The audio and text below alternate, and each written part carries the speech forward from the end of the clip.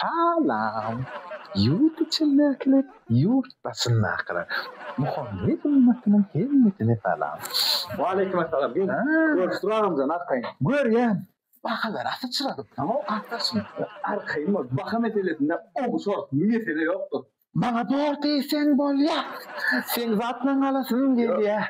Bana doğru değilsen bol ya. Yo ağam sana vur diyeyim. Kime vur diyeyim? Dine sana vur diyecek. Menden peydama peydalan. Gerçi o kuruk mucu hıp gayet. Ne? İlkam diye geri yani. Bizde hit, ne gep, bizde rap, ne gep. Enayetkarına ayday men kalsamam men kaymam. Yo ağam kalmak var da mesele yok. Odakları hiç görüştür oğluma öğretmeye. Gidin öğret. Buna terep ne? Inni men dinlemok seni. Ha? Inni ovadan gara taşlanmayı ağretsenen, görevetsenen. Sen bizi bizde bilip tekelik yağda pullu kliyen disledin. Yo ters düşün. Ne disledin? Yo sen yanlış düşünme. Bir her bir müşterilerlik, ayratçılık, fiile yazar suyu yazar.